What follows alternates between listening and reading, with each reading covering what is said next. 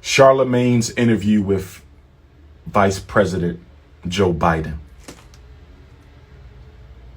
Shout out to Charlemagne. If it wasn't for him, I would have never been on the Breakfast Club. Especially my last visit, because DJ Envy clearly was on his. But anyway.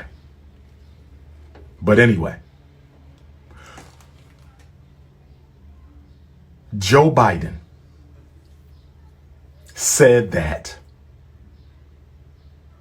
if a black person votes Republican, they're not black. Clearly, that was a white privilege, a very arrogant white privilege position for him to take. Nobody who does not belong to a race. If you do not belong to a race, you have no business telling people in that race whether they can be a member or not. A Chinese cannot tell a European Jew that they will not be Jewish if they don't vote for a certain person. An Irish cannot tell an Italian that you're not Italian if you don't vote for a certain Italian candidate. An East Indian can't tell an Arab that if you don't vote for a certain candidate during the elections, then you're not an Arab. The only people who can determine cultural criteria are people who belong to that culture and race.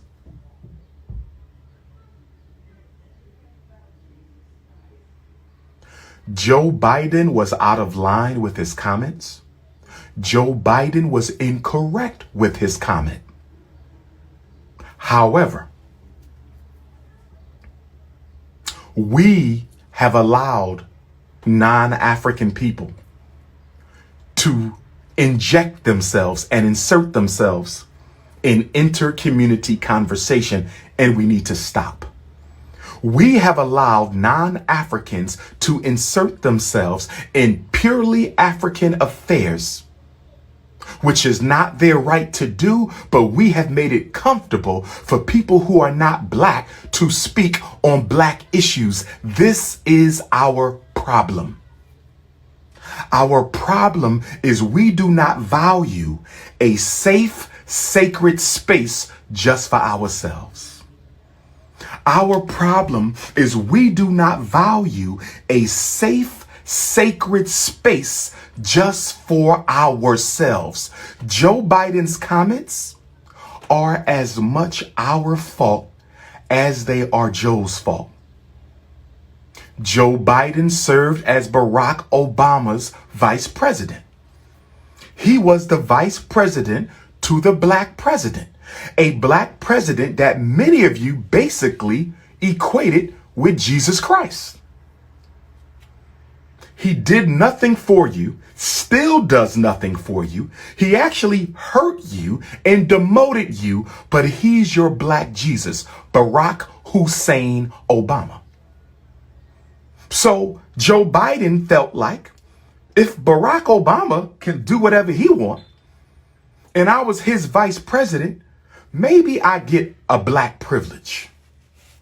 Maybe I can get a black privilege. And let us be honest. Let us be honest.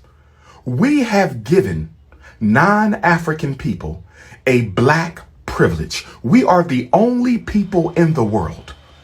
We are the only people in the world who have given people outside of our community the right to inject themselves in any conversation that we are having amongst ourselves. That is our fault. The fact that Joe Biden felt comfortable enough to say that if you vote Republican, you are not black. Why was he comfortable enough to say that? The same reason why a couple of years ago, the host of the talk show Politically Incorrect, and I forget his name, American white male who is the host of Politically Incorrect, I forget his name. He called himself a house on national television. He called himself, in a joking fashion, he called himself a house on national television. And subsequent to that, he was forgiven by gangster rapper Ice Cube and African-American scholar Michael Eric Dyson. Bill Maher, thank you, Hotep-Ptah. Thank you, Hotep-Ptah. And I hope you're not just Hotepping. I hope you're putting in work for the community. Because we got too many people who just Hotepping, keyboard revolutionaries on YouTube, no work in the community. Bill Maher called himself a house on national TV. Ice Cube, gangster rapper, NWA, straight out of Compton, forgave him on national TV. Michael Eric Dyson, premier integrationist black scholar, forgave him on national TV. He didn't have to make a donation.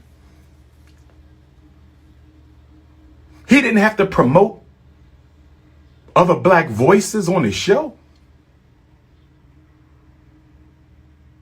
There was no compensation that Bill Maher needed to offer to the black community in exchange for his violation.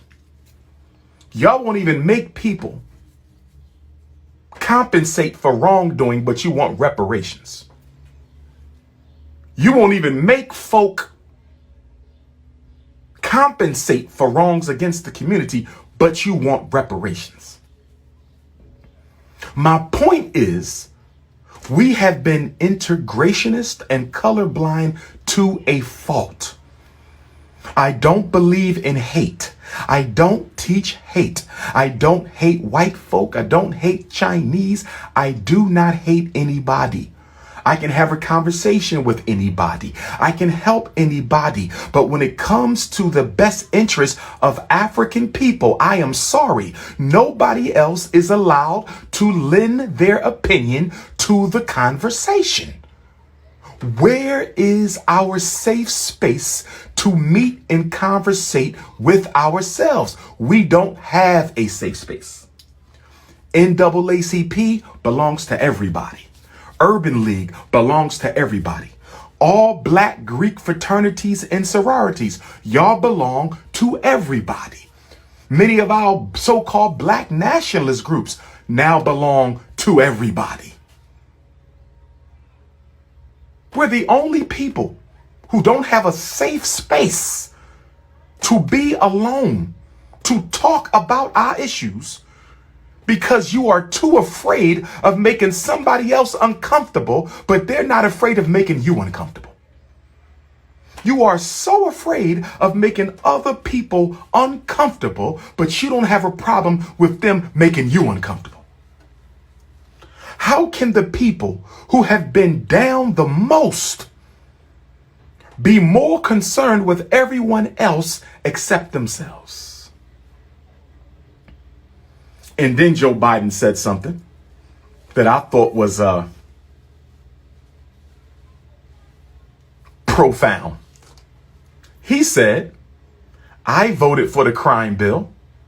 Most members of the Congressional Black Caucus voted for the crime bill. Did y'all hear him say that? Did you not hear former senator, former vice president, current presidential nominee Joe Biden say that most members of the Congressional Black Caucus voted for the Bill Clinton 1994 crime bill? Why am I bringing this up? Because a lot of y'all have this vote or die Negro mentality. Vote or die, vote or die, vote or die. You better vote, vote or die, vote or die. You better vote or black people going to suffer. We've been voting since the Voting Rights Act. What have we gotten for our loyalty to the vote or our loyalty to the Democrats?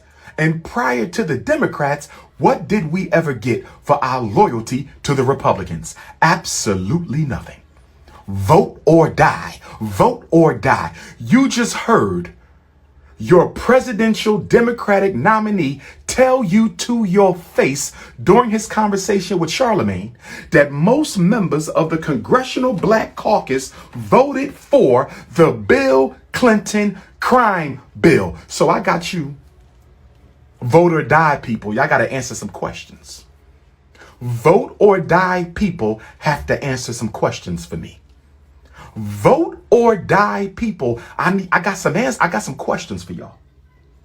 If most black congresspersons voted for the 1994 crime bill, which re-energized mass incarceration, created child support as a crime, child support as a felonious crime, mushroomed the prisons, mushroomed the FBI, gave more money to the local police, created 3 strikes and you are out, mandatory minimum sentencing for drugs. This was the Bill Clinton crime bill, and most black congresspersons voted for it. So can you help me understand? How is voting a do or die situation? How is voting a do or die situation when the black Democrats, this is the Congressional Black Caucus, founded in the 1970s, allegedly to promote the best interests of African American citizens, how in the hell can the Congressional Black Caucus vote for the Bill Clinton crime bill, and yet you tell me that I must vote or die?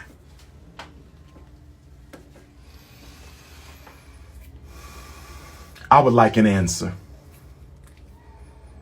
I would like an answer. You don't have one because there isn't one. Once again, brothers and sisters, please donate to FDMG, $FDMG School. Text me if you need me, 215-989-9858. Email DrUmarJohnson at yahoo.com. We have a special Ifatunde apparel sale going on from now until the first day of the 21-day revolutionary pan-African nationalist flag for solidarity, ancestral connection, and divine blessing, which will begin on the day that the most honorable Marcus Messiah Garvey left this earth, which is June the 10th of 1940. So on June the 10th of 2020, we will begin our 21-day fast. We fast from sunrise to sunset each day.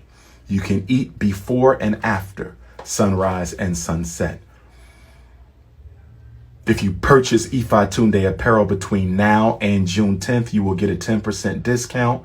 Just put in the code, which is UNITY. UNITY is the code, DrUmarJohnson.com. UNITY is the code, DrUmarJohnson.com.